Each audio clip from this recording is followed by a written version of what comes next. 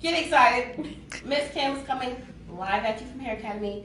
Today we're going to go over some of the basic techniques for hair cutting. If you'd like to tune in, that's great. And Miss Latanya is on the video, so as you chime in, Miss Latanya is going to give you a shout out and say, hey! Okay, so you might want to have a seat so you can Of course.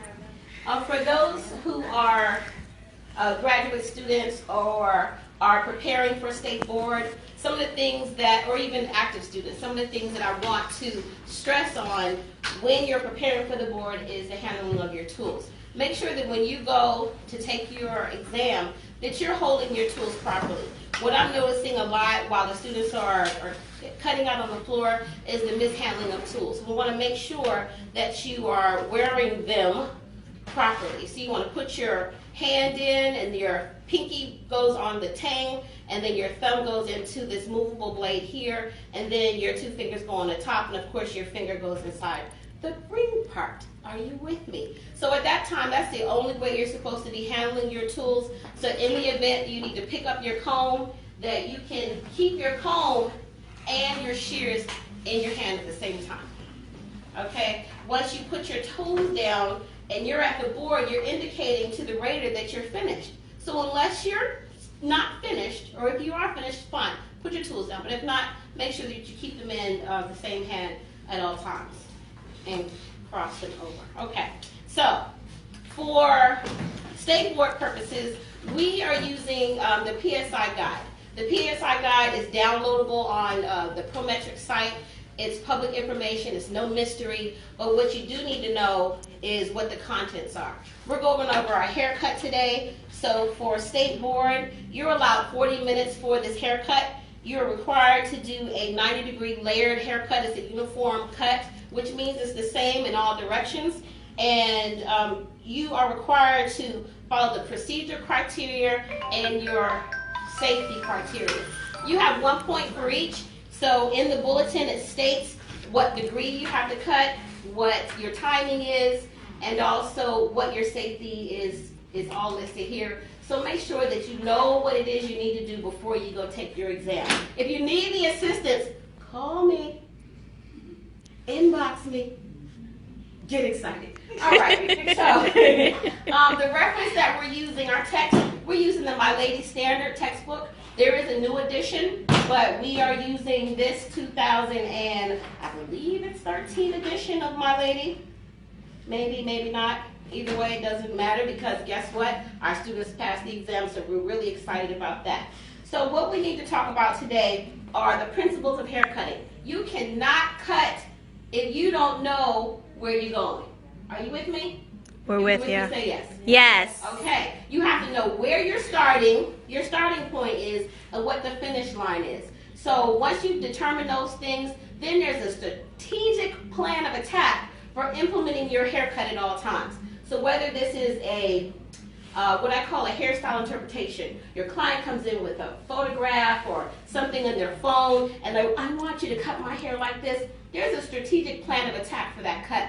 But you have to know what your starting point is and what your ending point is so that you're using your time efficiently so you're able to manage yourself, make sure that you are respecting your client's time, giving them the work that they need, the service that they want, in a timely manner so that you can make more money. Are you with me, stylists? Say yes if you're with me. Yes. All right, say get excited if you're excited. Get excited. All right, holler at your girl.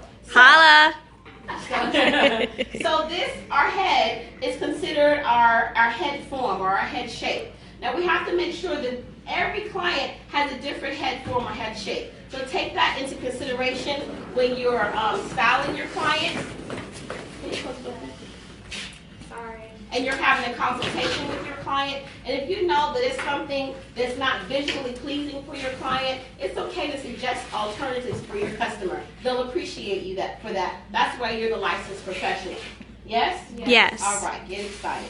So then our reference points are our parietal ridge, which is this area here around the center, the parietal ridge, which starts right above the brow of the eye. And then you have your occipital bone. Say it with me, class. Occipital bone. Occipital bone. Not occipital, but occipital. Your occipital. I thought it was optical. Oh, Jesus is not optical bones. Unless you have eyes in the back of your head. So our occipital bone is that bony part right here that protrudes from the back of the head. That's your occipital bone. Then you have your apex, which is the highest point of the head, and you know how to find that, right, class? Yes. The client is sitting upright in her chair. She's facing the mirror, and then you take the comb and you place it on the top of her head, and where the comb tapers off right there in the center, that is considered your apex. Excuse me, I'll be right back.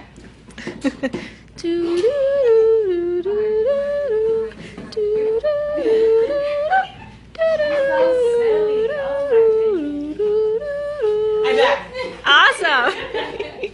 Okay, so we have our parietal ridge, our occipital bone, our apex, and our four corners. Our four corners are just what it says. There's four corners. There's two in the front, there's one in the back, and then your focal point is right here in the middle. Are you with me? Yes. All right, holler at your girl and get excited. How are we doing?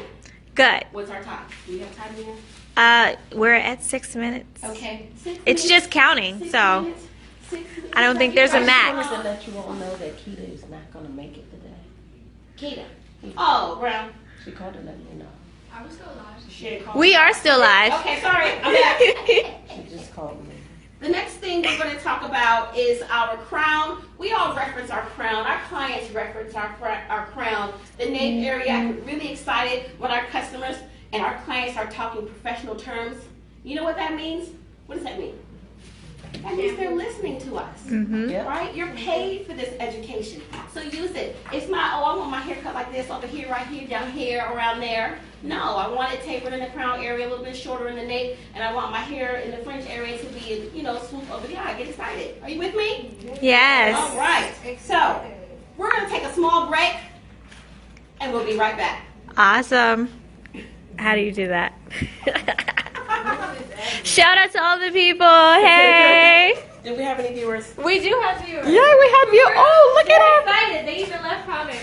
Oh. Can I see it? This is Dang. but I'm like, Oh my God. Wow. How awesome was that? That was Facebook. oh. So we had